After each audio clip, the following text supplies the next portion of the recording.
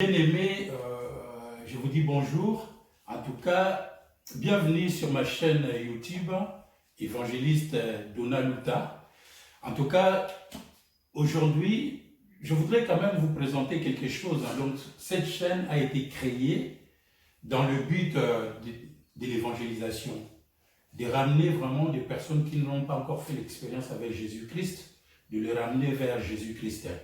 Donc, en tout cas, cette chaîne est pour vous. En tout cas, essayez à tout moment de rentrer sur ma chaîne YouTube. Et là, vous aurez des messages. Et là, c'est juste mon deuxième message que je veux passer cet après-midi. C'est pour cela, en tout cas, mes bien-aimés, Dieu m'a mis à cœur de partager quelque chose cet après-midi. Vraiment, que Dieu vous bénisse. Nous allons lire la parole de Dieu. Nous allons lire dans l'évangile selon Luc, au chapitre 13, et nous allons lire à partir du verset 6. Je vais lire la parole de Dieu. C'est une parabole du figuier. Il dit aussi cette parabole. Un homme avait un figuier planté dans sa vigne. Il vint pour y chercher du fruit, et il n'en trouva point. Alors il dit au vigneron, voilà 3 ans que je viens chercher du fruit à ces figuiers, et je n'en trouve point. Coupe-le, pourquoi occupe-t-il la terre inutilement?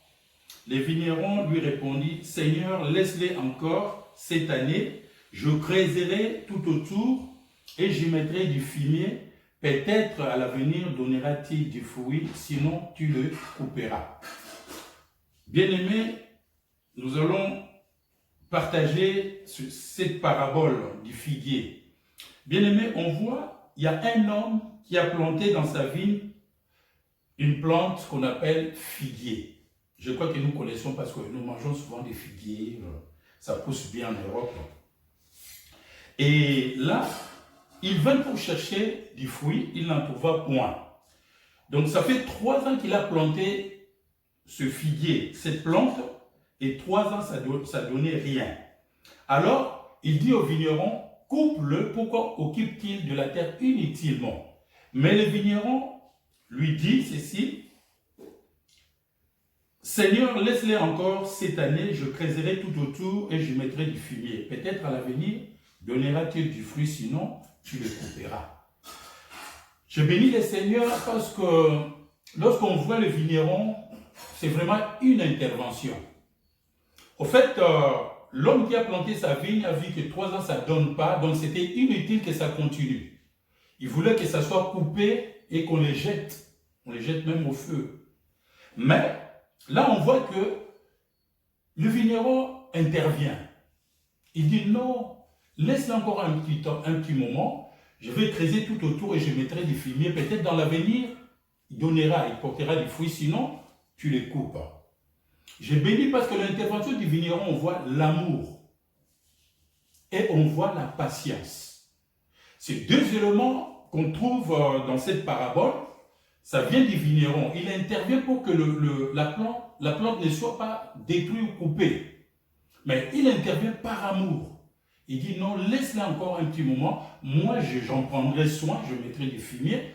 Dans l'avenir, peut-être ça va donner des fruits. Sinon, on les coupe.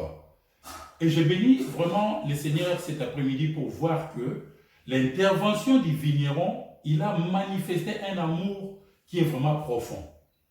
Bien aimé, cet amour-là, on le trouve au Seigneur Jésus.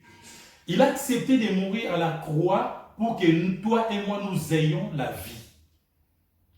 Et vraiment, Christ s'est sacrifié vraiment à la croix. Il a souffert.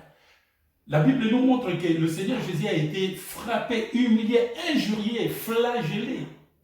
Mais il a souffert tout cela. Il s'est donné en sacrifice pour que nous ayons la vie, que le monde entier soit sauvé. Et bien aimé dans le Seigneur, c'est vrai, ce qui me touche dans cette parabole, il dit pendant 3 ans, ça occupe la terre inutilement. Et nous allons lire encore un verset pour compléter les idées. Nous allons voir. Nous allons lire dans le livre d'Ésaïe, chapitre 1er, et je vais lire juste le verset 2. La parole de Dieu nous dit ceci, Cieux, écoutez, terre, prête l'oreille, car l'Éternel parle. J'ai nourri et élevé des enfants, mais ils se sont révoltés contre moi. Le bœuf connaît son possesseur, et l'âne la crèche de son maître. Israël ne connaît rien, mon peuple n'a point d'intelligence. Donc, c'est vrai, lorsque je vois l'intervention, et là je vois que c'est le Seigneur qui parle. J'ai élevé des enfants, donc nous qui sommes dans le monde. C'est vrai que lorsqu'on voit cette parabole, dans la Bible, lorsqu'on parle d'une plante, ça représente l'homme. Donc ça représente l'homme, c'est l'homme qui doit porter du fruit. Et cette plante, on voit que pendant 3 ans, ça ne donnait pas du fruit. Bien aimé, c'est vrai que nous sommes dans ces mondes. Là, le Seigneur parle que même le bœuf connaît son possesseur. L'âne connaît vraiment son maître. Mais Israël, nous ne connaissons pas notre Dieu. C'est vrai que lorsqu'on ne connaît pas Dieu, vous êtes dans le monde, mais c'est comme si c'est inutilement que vous êtes là. Parce qu'au fait, Dieu a un but. Dieu nous a créés pour l'adorer simplement, pour que nous soyons des adorateurs. Les gens qui sont au service de Dieu, qui l'adorent jour et nuit. Et là, bien aimé, vous êtes dans le monde, je ne sais pas, depuis que vous êtes là, est-ce que vous êtes compté vraiment parmi ces gens qui sont utiles devant Dieu? Et bien aimé dans le Seigneur, des fois, depuis que vous êtes là, vous ne faites rien de la part de Dieu. Mais Dieu ne vous demande pas grand-chose. Dieu, il veut simplement que vous donnez votre cœur à Jésus-Christ. Vous acceptez sa parole. C'est simple. Et lorsque vous acceptez la parole de Dieu, et c'est en ce moment-là que vous devenez utile devant Dieu. Pourquoi ça occupe la terre inutilement? Donc pendant 3 ans, ça ne donne rien. Bien aimé, vous êtes utile. Parce que Dieu nous a créés dans un but de l'adorer, dans un but d'être à son service. Et bien aimé, vraiment, je vous partage ce verset pour voir combien l'amour de Dieu est si grand. Dieu nous aime. Et là, on a vu l'intervention du vigneron. Là, vraiment, il a montré son amour que moi, je vais en prendre soin. C'est ça que le Seigneur fait aujourd'hui. Il est à la droite du Père. Il intervient pour nous. Il intercède pour nous. Donc, il intervient pour toi et moi. Bien-aimés, vous qui n'avez pas encore donné votre cœur à Jésus, vous qui, jusqu'à présent, vous n'avez pas encore fait l'expérience avec Jésus-Christ, le Seigneur vous appelle. Il ne vous demande pas grand-chose, mais il suffit aujourd'hui de donner votre cœur à Jésus. Vous serez sauvés. Là, vous allez recevoir la vie éternelle. Et si vous donnez votre cœur, vos péchés seront pardonnés. Et votre nom sera inscrit dans les livres des vies.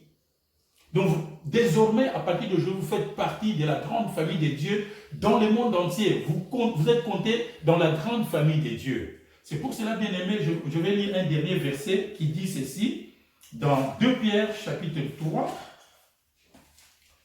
Dans 2 Pierre, chapitre 3, nous allons lire juste le verset 9.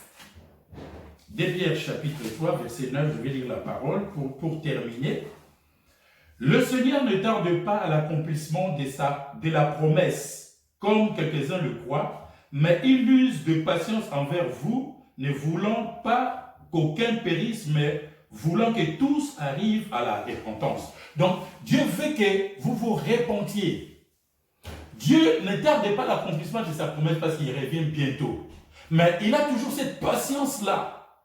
Il a la patience parce qu'il veut qu'aucun ne périsse. Mais il veut que tous nous arrivons au salut et que tous nous arrivons à la repentance. Bien-aimés, repentez-vous car le royaume des cieux est proche. Ça, c'est la parole de Jésus-Christ. Repentez-vous. Bien-aimés, le Seigneur nous appelle. En tout cas, je vous invite cet après-midi aussi vraiment de faire l'expérience avec Jésus. Faites un pas. Dieu, vous êtes utile devant Dieu. Faites un pas cet après-midi. Acceptez la parole de Dieu. Recevez Christ dans votre vie. Ouvrez votre cœur et vous aurez la vie. Et vous allez voir que vos péchés seront pardonnés et vous serez sauvés. Vous êtes comptés maintenant parmi ceux qui sont sauvés, ceux qui ont fait l'expérience avec Jésus-Christ. Vraiment, que le Seigneur vous bénisse cet après-midi. Recevez la grâce du Seigneur. Amen. Merci d'avoir suivi cette vidéo. Abonnez-vous massivement.